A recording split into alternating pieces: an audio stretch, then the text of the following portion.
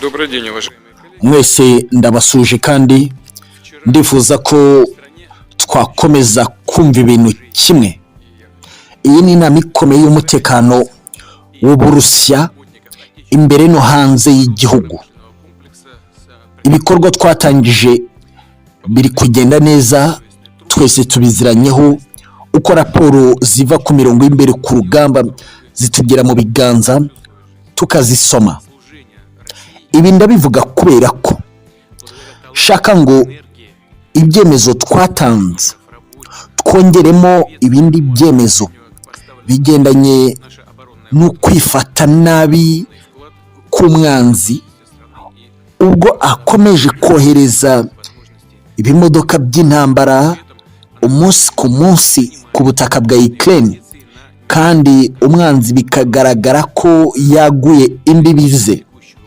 Mwabonye amoko y'ibifaru banze kohereza ku butaka bwa Ukraine, ari amoko ibihugu akomokamo mwarabibonye, bagamije kohereza biriya bifaru mu mugambi wo kwataka ibice tugenzura, ndetse kandi birimo no kuyobya uburari bashaka kwataka Uburusiya bwacu. Ibi ndabivuga kubera ko twahisemo imyanzuro tugomba guha komande ibikorwa byacu ku butaka bwa Ukraine ngo abikore kugira ngo umwanzi tumunegekaze. Ibikorwa biri kugenda neza, ariko namwe mutekereze mu gihe ingufu zacu zakomeza gusatirwa kubera ko umwanzi ari kugenda abona andi maboko. Ndashaka ngo dutore umwanzuro wo kongera ubwikube intwaro z'amoko yose dufite ngo nazo zoherezwe ku butaka bwa Ukraine, mu kirere, ku butaka no mu mazi. Kandi ndashaka ngo twongere umwanzuro ukomeye wo gukoresha robo ku mirongo y'imbere ku rugamba mu gihe ibyo bifaru byakomeza kwiyongera umubare ku butaka bwa Ukraine. Nzi neza ko tubifite ubushobozi. Ibyatangajwe n'umuyobozi ushinzwe ingufu zo mu kirere General Igor Kriv yavuze amagambo akomeye, atangaza ko Amerika hari ukuri kuvana intwaro yari ifite ku butaka bwa Ukraine, ariko ibyo kuri twebwe ntabwo bihagije. Bariya ni imbyarya zigamije gukora kimwe kugira ngo bayobye hakorwe ikindi. Ibyo rero ntabwo ariko twebwe nk'Uburusiya dukwiye kuba tubaho.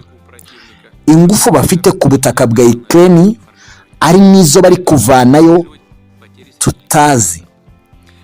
Ndashaka ngo nk'akanama k'umutekano k'igihugu dushyigikire icyifuzo cyo kohereza intwaro dufite z'amoko yose mu bubiko bwacu ko zoherezwa ku mirongo y'imbere ku rugamba, kuko ntiwamenya ku munsi w'ejo ku mpaka wa Moldova, Romania, Slovakia yewe na Pologne hambukiye amakontineri y'intwaro.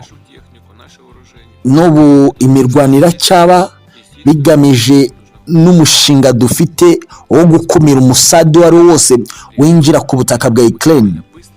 Ariko kuba bagifite inzozi n'intekerezo zo gukomeza kongera intwaro ku butaka bwa Ukraine, icyo nicyo gikwiye kuba gishyirwamo ingufu ngo umwanzi twasenye tukarusha imbaraga mu burasirazuba n'amajyepfo no mu bindi bice areke kutuzanira kaga atwegereza ubutaka bwacu.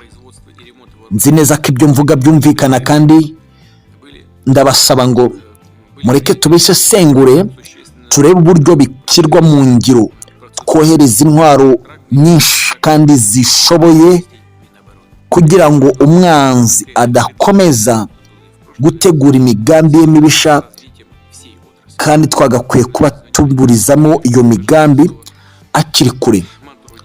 Murakoze cyane. nibyo ni ku butaka bwa Ukraine ku kibuga cy'imirwano byinshi bikomeje kuba, ariko inkuru igezweho nuko perezida wa Leta Zunze Ubumwe za Amerika Joe Biden bidasubirwaho amaze kuvuga ko adakozwe ibyo guha Ukraine indege z'intambara za F-16 zikomeje gusabwa na perezida Volodymyr Zelensky utegetse Ukraine. Inshuro nyinshi Leta Zunze Ubumwe za Amerika y'imyamatwi uyu mutegetsi ukomeje gusaba umunsi ku munsi izi ndege, ariko noneho amagambo atangajwe na perezida utegetse Leta Zunze Ubumwe za Amerika atanze gasopo kuri ubu busabe bwa buri munsi. Ikaze mwese kuri izi page zikomeye kandi zikakaye ku mutekano, politiki na diplomasi mu rwego mpuzamahanga ku butaka bwa Ukraine ku kibuga cy'imirwano. Twinjiye ku munsi wa 342 w'imirwano irimo kumanika amaboko bya hato na hato ku ibihugu byo mu burengerazuba bw'isi biri kwanga gutanga intwaro zishobora kuzateza ibibazo ibi bihugu mu gihe kiri imbere. Perezida wa Leta Zunze Ubumwe za Amerika Joe Biden yanze kohereza indege z'intambara za F-16 muri Ukraine, nubwo abategetsi ba Ukraine bayoboye ku isonga na Zelensky bari bakomeje gusaba inkunga y'indege z'intambara. Kuri uyu wa mbere ushize, abajijwe n'umunyamakuru niba Amerika izatanga indege z'intambara za F-16, Perezida Joe Biden yasubije ati oya.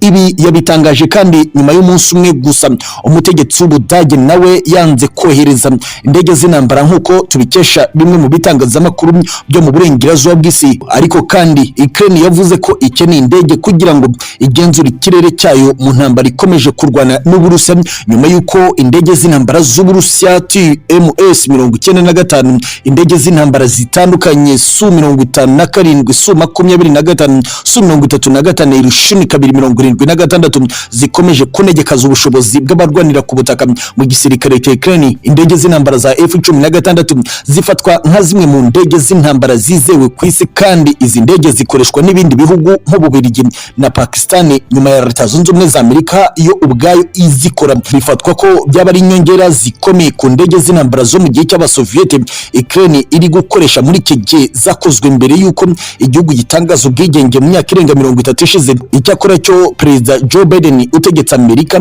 yamaganye inshuro nyinshi icyifuzo cya Ukraine ya Zelensky gisaba izo ndege, ahubwo yibanda ku gutanga inkunga za gisirikare z'ubundi bwoko.